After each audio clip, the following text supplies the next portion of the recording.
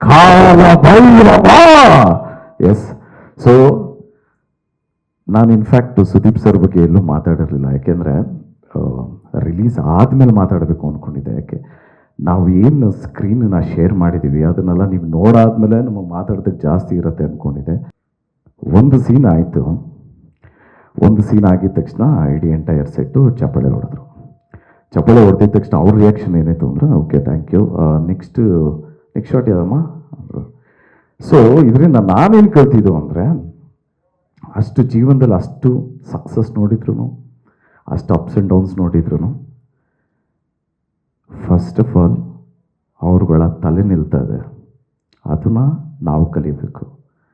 So basic ನಾನು ಸುದೀಪ್ ಸರಿಂದ ಕಲ್ತಿದ್ದು. Of course ಕೆಲವು ಶಾರ್ಟ್ಸ್ ಎಲ್ಲ ಅವ್ರ ಸ್ಟೈಲಲ್ಲಿ ಅವ್ರು ಸಿಂಪ್ಲಿಫೈ ಮಾಡಿಕೊಂಡು ಅವ್ರು ಟೆಕ್ನಿಕಲಿ ಸ್ಟ್ರಾಂಗ್ ಆಗಿರೋದಕ್ಕೆ ಅವ್ರಿನ್ನೂ ಒಂಚೂರು ಹಿಂಗೆ ಮಾಡ್ಬೋದು ಹಂಗೆ ಮಾಡ್ಬೋದು ಅಂತ ಹೇಳ್ಬೋದು. ಬಟ್ ಅದಲ್ಲದೆ ಆ ವ್ಯಕ್ತಿತ್ವಕ್ಕೆ ನಾವು ಎಲ್ಲರೂ ನಿಜವಾಗ್ಲೂ ಒಂದು ಚಪ್ಪಾಳೆ ಹೊಡಿಬೇಕು.